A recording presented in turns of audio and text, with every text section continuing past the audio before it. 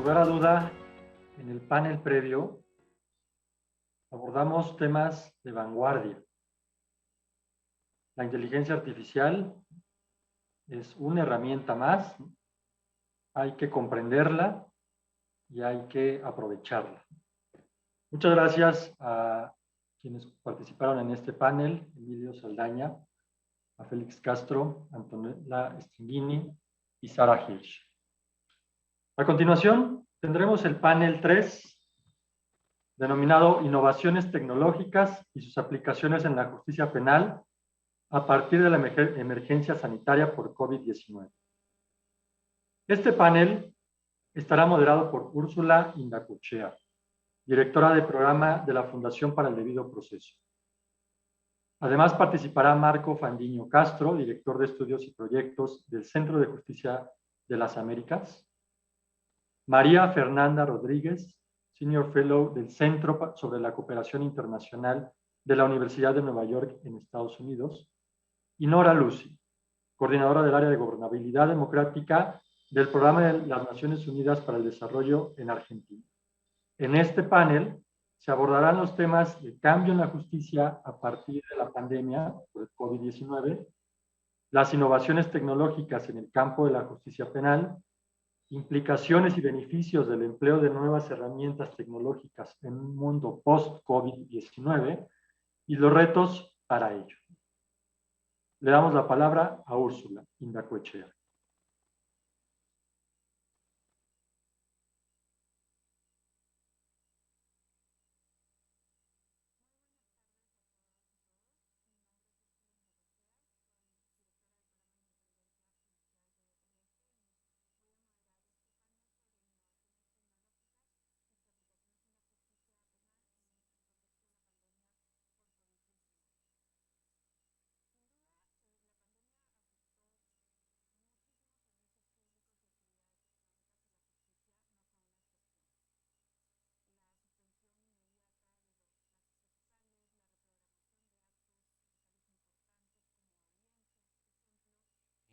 And activities such as hearings, resulted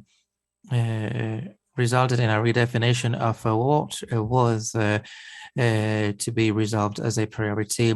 Justice systems undertook to address emergencies by using technological innovations, technological tools that in many cases had already been working in an exceptional way. For instance, telematic hearings or the use of virtual mechanisms for the filing of lawsuits.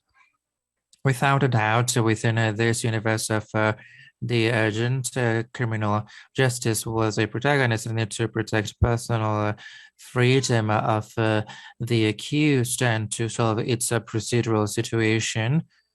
Placed at the center of discussion the way in which we could continue with these innovations and respect procedural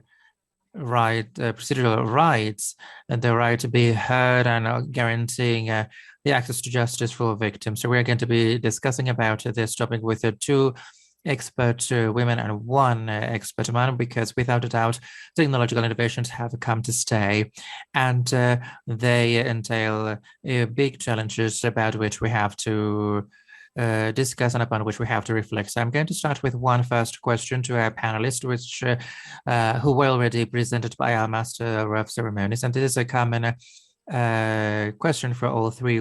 What were the main challenges for criminal justice faced to COVID-19, and how technological innovation, how did technological innovation contribute to address these challenges to create a better, more effective, and more independent justice system? We're going to start with Marco Fandinho. The floor is yours. Thank you very much, Ursula, for your presentation. It's a pleasure to greet you, Nora Maria Fernanda, to share with you in this panel. I want to thank Cristel Rosales of Mexico Evalua for her invitation to take part in this forum. During these minutes that you are granting me, Ursula, I will try to characterize the three main challenges that we have had in at the Latin American region when incorporating technologies to criminal justice. And I would like to specifically speak about these interoperability and coordination between the different institutions. Number two, I would like to directly speak about the incorporation of technologies in the judicial proceeding filing, and finally, how we understand that jury trial could work in a telematic or virtual hearing context. For the first point related to interoperability, is what we have seen is that those countries that have kept institutions as responsible for the criminal proceedings that have not been weakened, as the case of Mexico, where once the jury trial was integrated, the institution responsible for implementation's take was not longer functional. While there is a coordinating unit of the criminal process reform by the years of the implementation of the system, then it became a more bureaucratic institution and a more separated institution in terms of the criminal justice daily work. But those countries with sound institutions of coordination between institutions are allowing to identify problems and to take immediate actions were able to provide a better response. And I would like to add a complexity to this, which concern the fact that the COVID-19 pandemic also created a series of social and political countries in many countries, and most of our countries, especially in the criminal field, this concerned alterations of the public order, demonstration, social crisis, and therefore a new complexity added to the pandemic, which concerned how the criminal system was providing a response to this type of social problems. As INASE has studied together with the University of Chile and the UNDP, we were saying this. First of all, public defense office, which concerned the different offices of the Attorney General, to have access to free justice. On the other hand, we were seeing a prosecutor office which wasn't able to conduct investigations in a due time, and the data that were being shown in the last that was shown in the last 2 years concerning impunity, and also in a third point, we were seeing problems in access for justice to victims, because many of them hadn't been able to receive even an interview. We are speaking about this type of challenges during the pandemic with the social crisis in several countries. And we thought that this entails an important complexity for all of the criminal justice system institutions. In terms of procedures, there were already a series of initiatives that in most countries have been working with the different types of implementation or success. In Chile, for instance, from 2015, we have a law for electronic filing that allows to have a virtual judicial office that allows for the attorneys to file their writings from their offices, and therefore they don't need to appear at the courts. And this is something that, with the different degrees of implementation at the different stages of the procedure, most countries have implemented some of these innovations. As Nora and Maria Fernanda, there are experiences in Argentina in several of its provinces.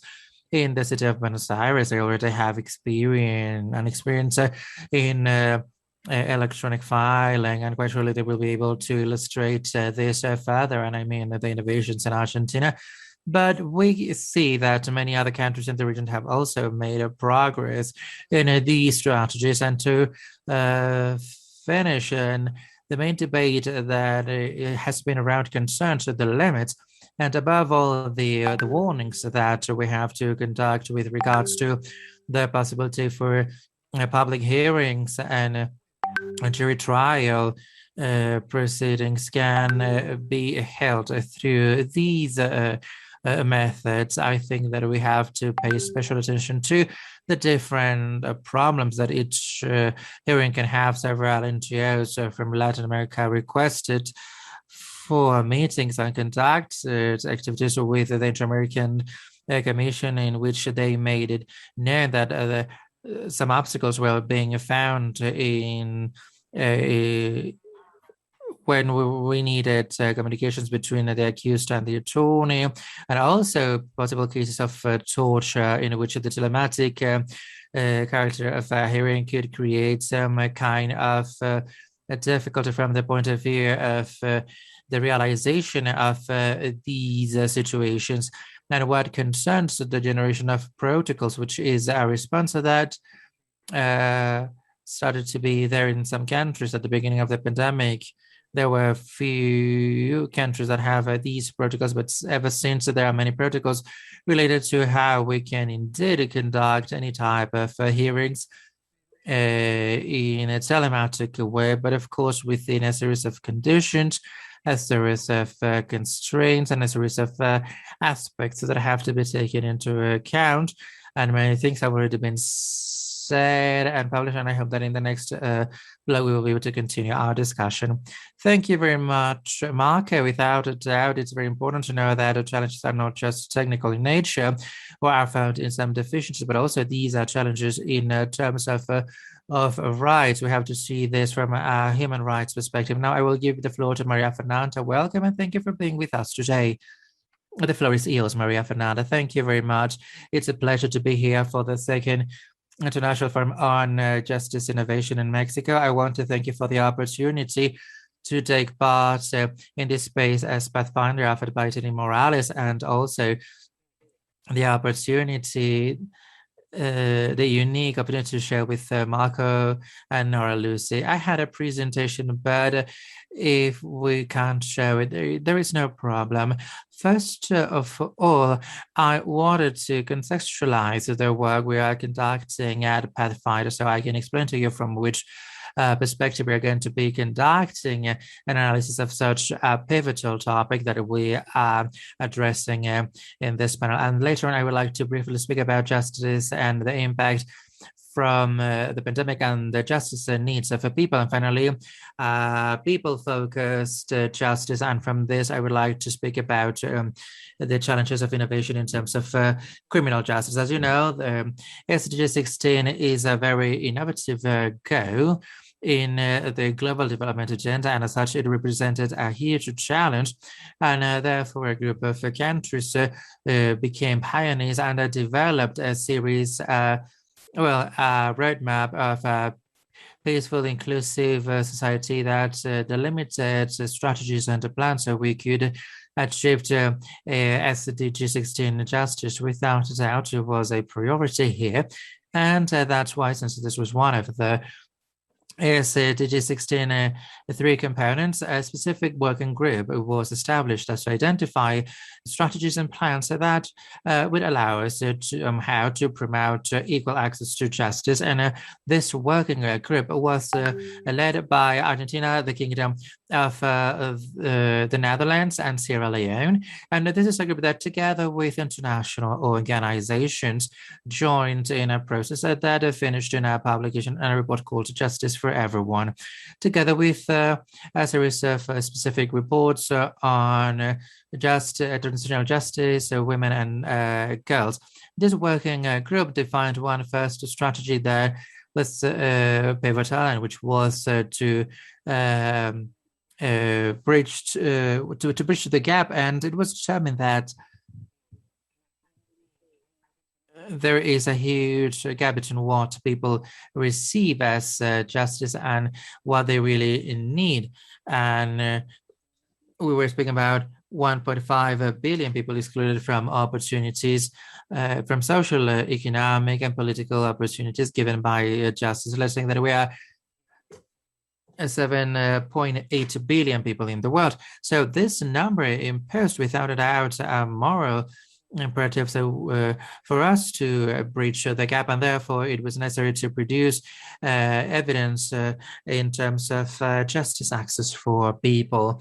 And somehow, so we could do this, we needed to understand how to solve and how to prevent justice problems for people. Now, speaking from where we are coming, I will go to the next one, which is how the pandemic impacted access to justice for people and what the impact was in justice and the justice setting. And for this, we created a series of summaries which were linked to public crisis and the new social contract. Basically, COVID-19 crisis created a triple crisis because of health emergency, the economic crisis, and social impact of the virus. And concomitantly, the justice system acted, as Mark Anderson was saying, well, when here we had constraints for the administration of justice, the lack of the impossibility to be to appear at court and for the procedures, and so the work of this field was restricted. And number three, because of economic crisis, we have a lack of funding, including the public sector. Therefore, innovations are more difficult to undertake, and the result of this triple crisis that we have to do more with less.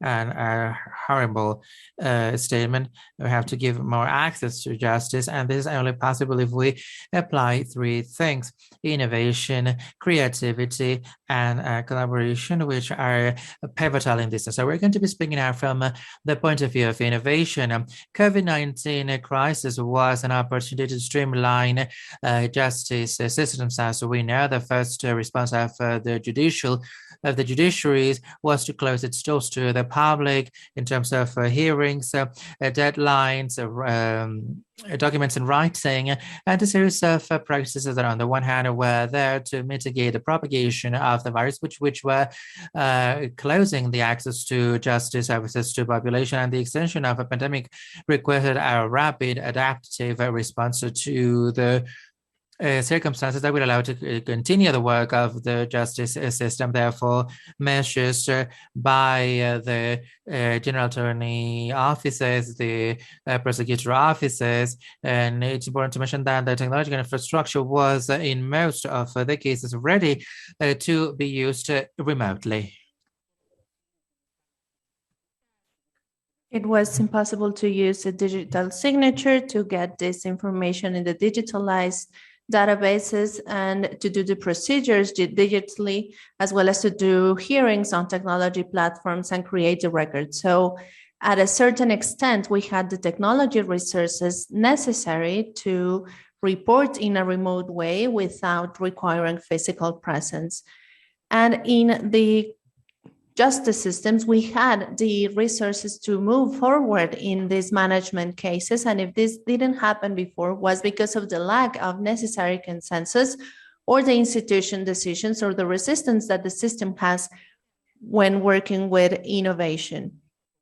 Now, also the use of this technology should allow us to reestablish the work, the functionalities of the justice systems, but they also had to see that the systems were respectful of those cases related to the due process. And that's why we started with the digital signature, the regulation of the different modalities of remote work, which was another challenge for justice for these digital signatures. Also the claim channels that are very important online, the email usage with immediate response, the 0800 also resources and the technological means, the remote access to management operation systems, video conference platforms, the connection between the different systems. And also, as Marcos mentioned, we had to assess the format of hearings through a conference call. And there were a lot of concerns on how the constitutional warranties were going to be kept in a criminal procedure when we were not able to do the trials in person. So as we know, these trials where we need immediacy is something very important for the system. And that's why in general lines, what we tried to solve and how we tried to solve it was by reestablishing very precise ways of how to do it and what were the cases where we could use it and how to guarantee connectivity, participation, or of the lawyers in order to control that there were no coercion on the accused person. And these are great opportunities for the justice systems in order to move forward to the digital management of the case. And there are a lot of challenges, but we will continue to talk about this in the next participation. Thank you very much, Maria Fernanda. Without a question, establishing all these mechanisms is a great challenge, but we can also innovate from communication of the justice systems with the users in order to learn how to use all these mechanisms. Now I'm going to give the floor to Nora Lucy. Thank you very much for being with us, Nora. Welcome.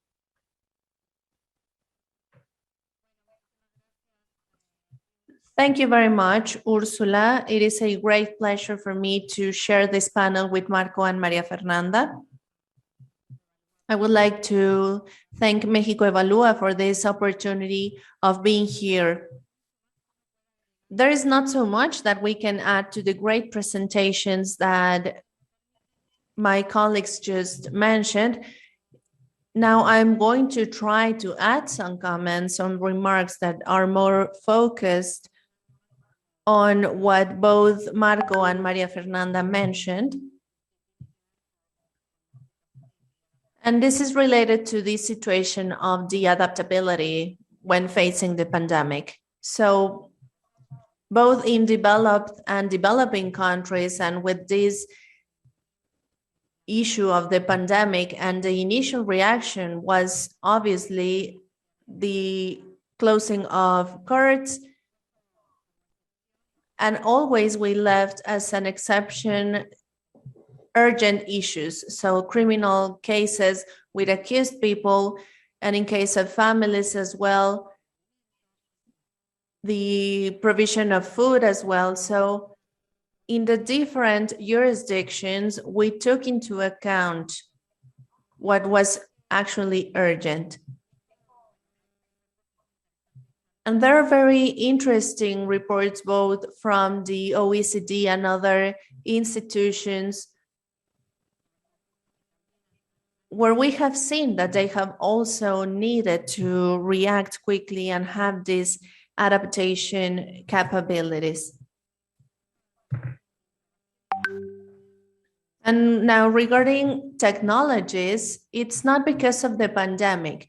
We understand that definitely what the pandemic did was highlight the need of leveraging the technologies, the tools that we had for the provision of public systems and services in the justice system. And it also highlighted these gaps for the access of justice that also in terms of digital access were totally visible, not only in the need of the justice sector, that we had the technology infrastructure and the ability to provide the service remotely, but also that both victims and, in the case of criminal law, the accused, they should also be guaranteed the possibility of participation and the exercise of their own rights. In the case of Argentina and some countries, federal countries, as you know, it is very difficult to do an assessment, because what we have seen is that the advancement of the use of digital technologies in justice is very unequal regarding on the area that we are seeing. In general terms, we saw a certain definition that was very severe in the creation of services. And once the protocols that were established on the judges' offices, all the support staff, all the employees in general were not going to the courts. And we also saw a great responsibility for the judges and the courts that have had to continue doing their services. And we need to think that we could see that we move from analog justice to electronic justice by doing these procedures that are not minor, and then to digital justice that implies the total elimination of paperwork, and it's something that we have not reached in all regions. In Argentina, this is a process that we are moving to. And I think that what the pandemic did was make this consensus more agile, the need of getting a consensus so that we could provide these services. Let's think that from the democracy standpoint, the judiciary should not stop the providing of services.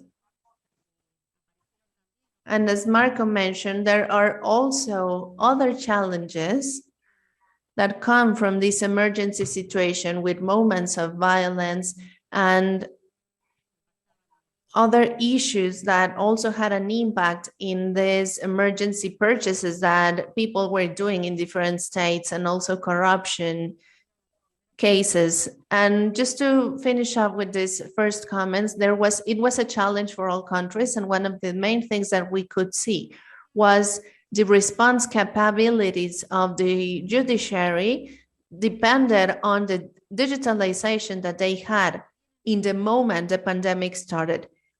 In general terms, we may not talk about digital justice that is general, and there are several exceptions. In Argentina, we have been able to systematize a case where a criminal court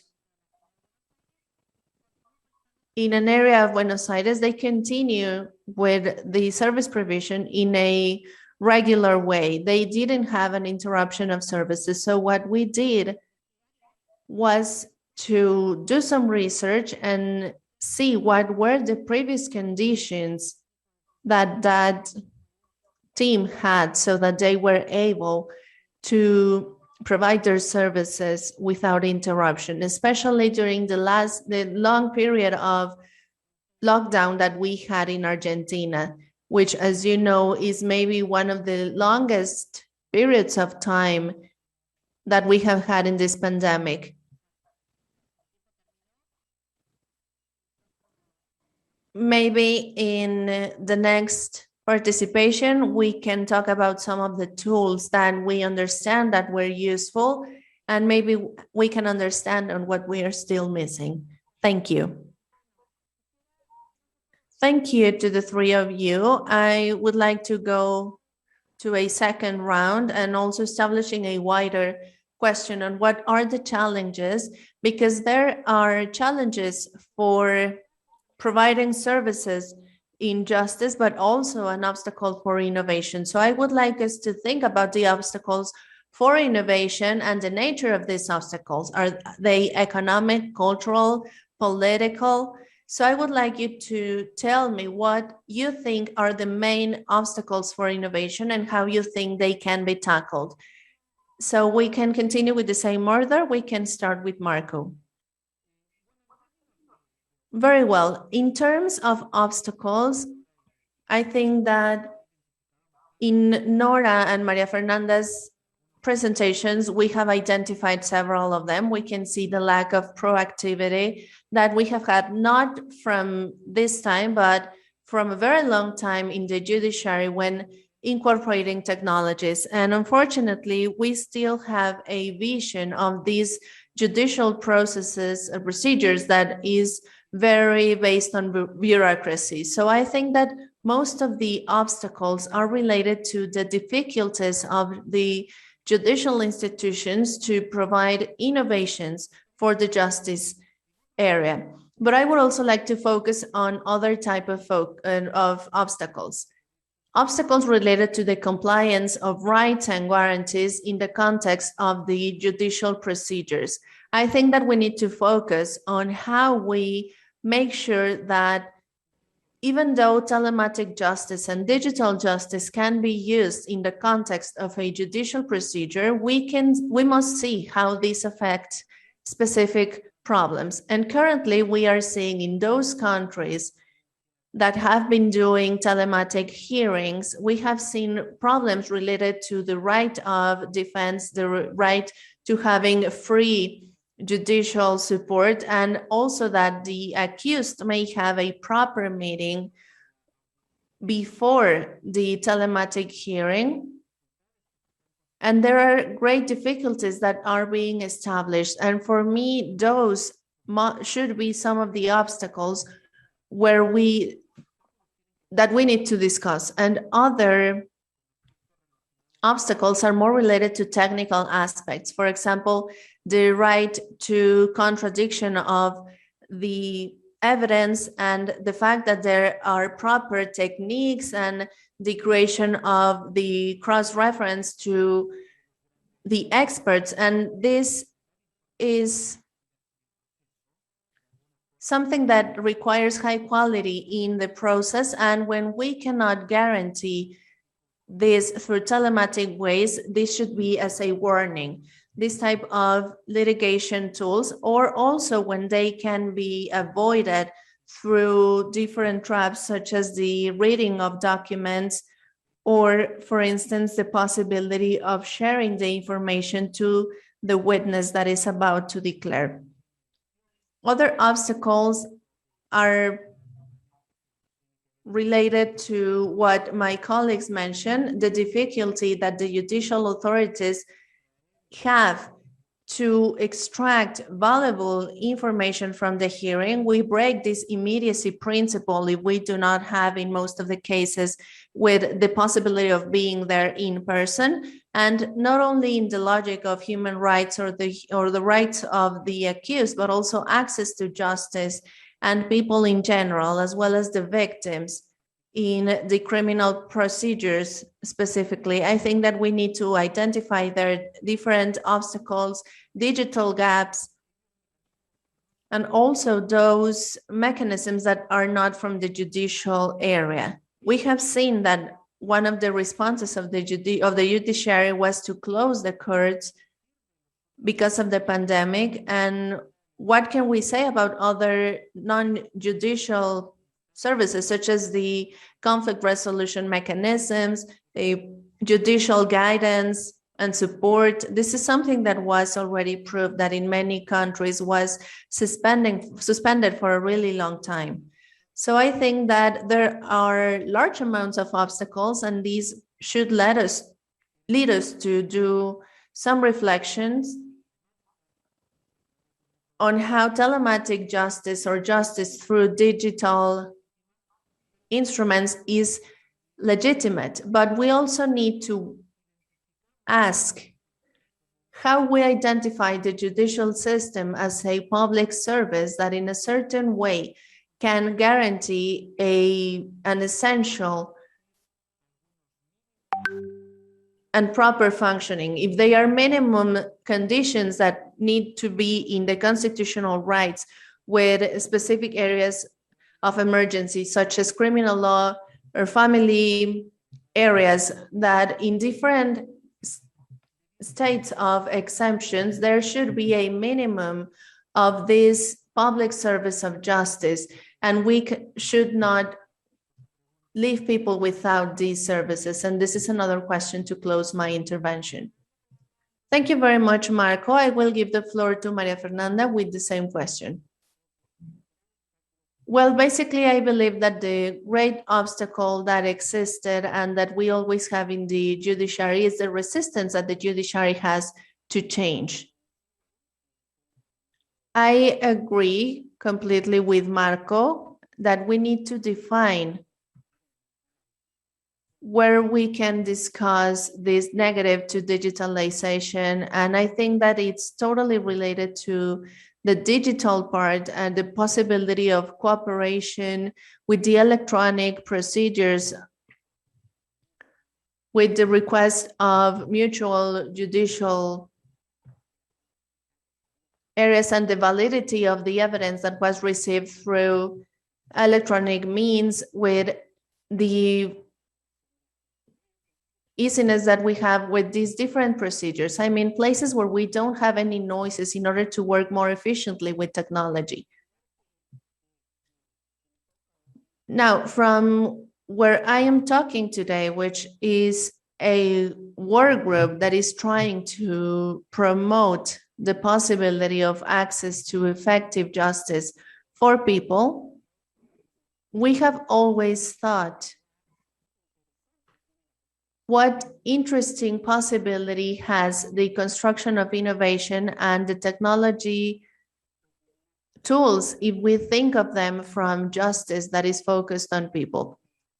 So if we put innovation and these tools with this focus in the center, this means that when we need to talk about consultation systems from the users of the system, and we need to apply very valuable and digital tools, we need to ask ourselves, can people try this?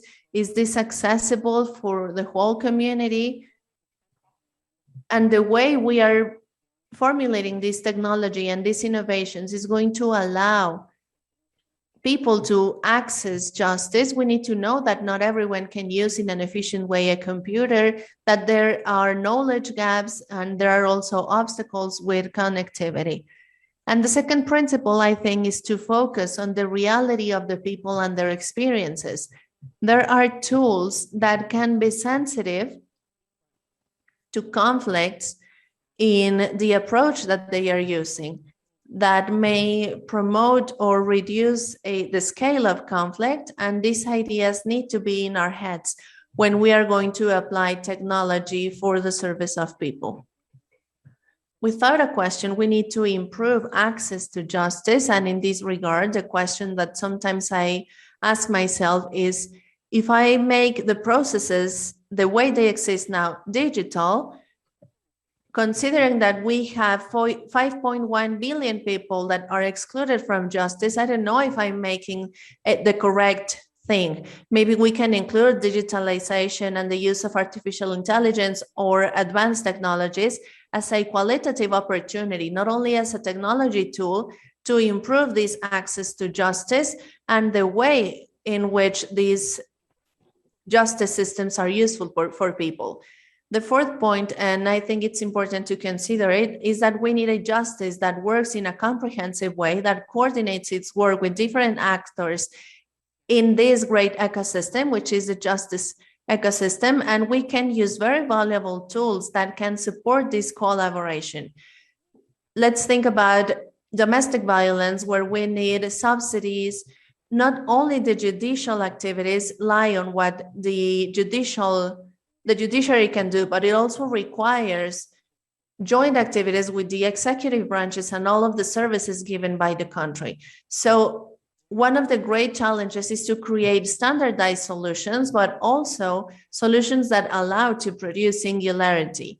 So if we do these forums for people to ask questions, or ask what happens if they cannot use one option because none of them fit their problem, because sometimes they cannot understand the legal extent that they need to face. So all of these matters, I believe, are very important.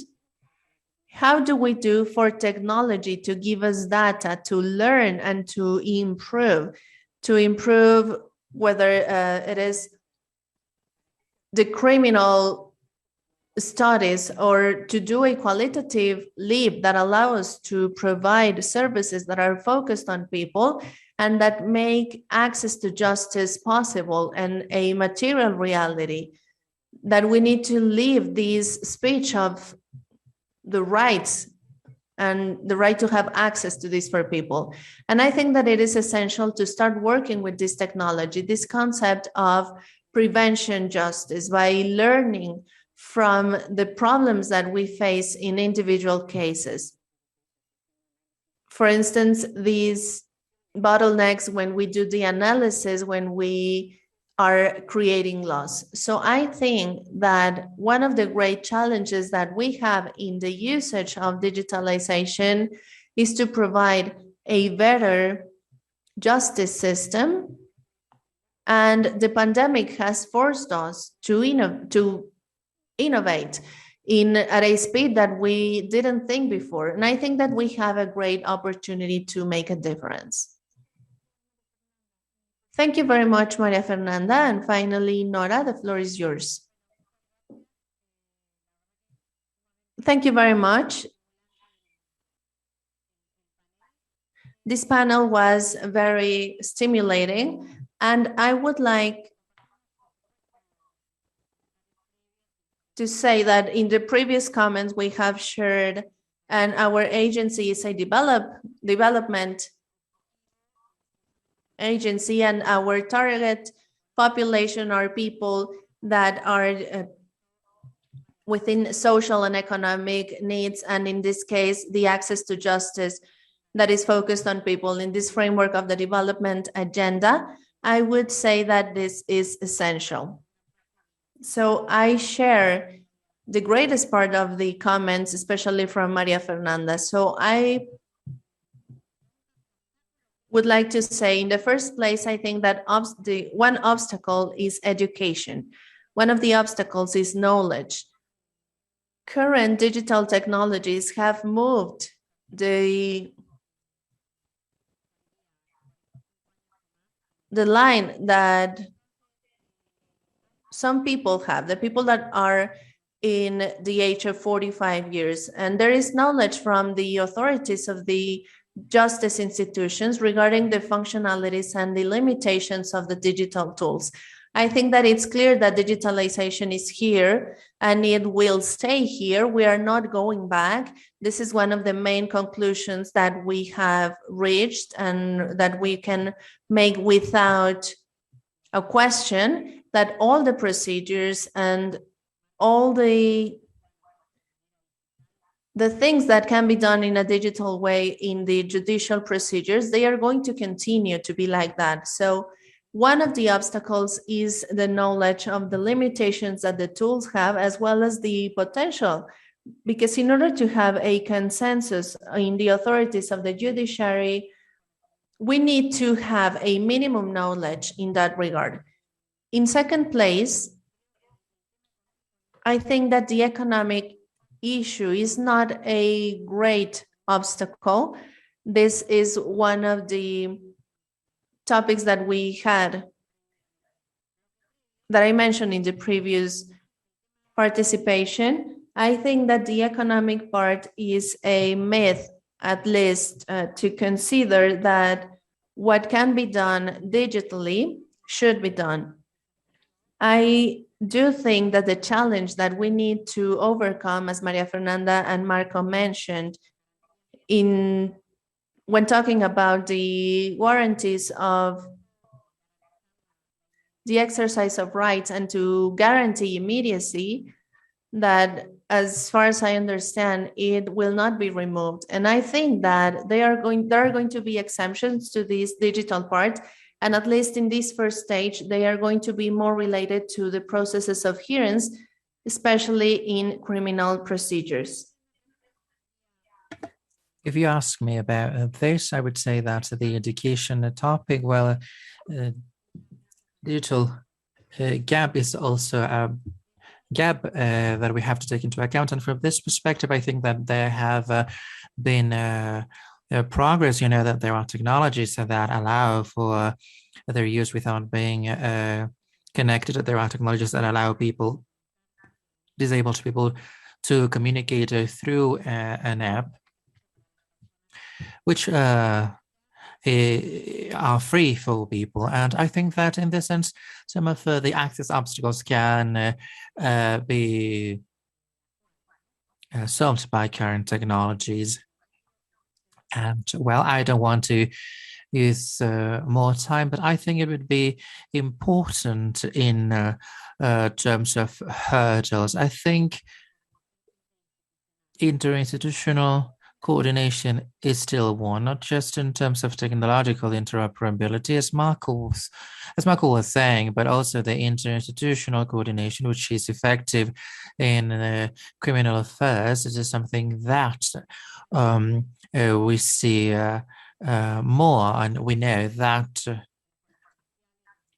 the enforcement, the prosecutor officers, the courts coordination is pivotal. And I think that this remains an obstacle And we hope that little by little we will be able to solve this. I will stop here. Thank you very much. Now we have just a couple of minutes more for questions. I have many, but I'm going to summarize them. I will ask you to provide us with a short answer and to answer just to one question of the several that I'm going to be mentioning. In Mexico and in several countries of the region, there is a systemic structural impunity, how technology can help overcome that impunity. A second question here is, innovation, the technological innovation process must have leadership. It has to assume that leadership in innovation. If we have said that public powers are reluctant. And the third question concerns the experience of Latin America in the procedural reform processes in Latin America and what we can learn from those reform experiences for this new stage, for which reforms are going to be focused on the use of technological mechanisms. So in the same order, please, just one question, and we will start with Marco just for a couple of minutes more. Very well, thank you very much. Let's see. I'm going to answer the first question, which concerns a systemic problem. Previous topic, as Ursula was saying, is manifested very intensely in Mexico, and that's the topic of impunity, and it affects other countries of the region as well. The difficulty of agencies responsible for criminal prosecution to obtain good results of prosecution policies, investigation above all of complex crimes related to organized crime, corruption, drug trafficking. And because of the complexity and the interests at stake, oftentimes we do not obtain good results. And I think here that debates related to technology could generate a positive result. And we see that those prosecutor offices that are not yielding any results in this type of crimes are highly bureaucratized offices in which the investigation work is a rather ritual work, bureaucratic work, in which abstract investigation orders are given, and for which there is no coordinated work with the enforcement forces. I think that if we had some kind of online system for which the investigation work could be conducted in a more interactive way, and in which we could access online the different pieces of evidence, and for which a more horizontal dialogue between prosecutors and the police is created, and also those institutions with the judicial powers. I think we could take some steps against impunity. So this is the perspective I'm going to keep, a positive one. Now, a couple of minutes for Maria Fernanda.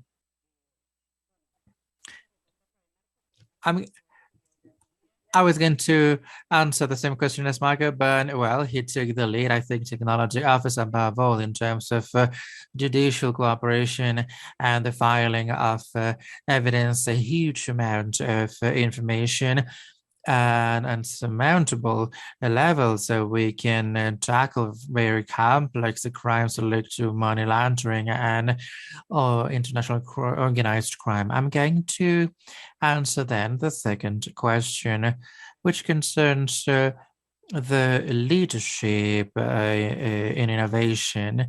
The judiciary, in spite of its being reluctant, must be a protagonist, because you cannot promote nor impose anything in the judiciary if the judiciary is not responsible thereof. And again,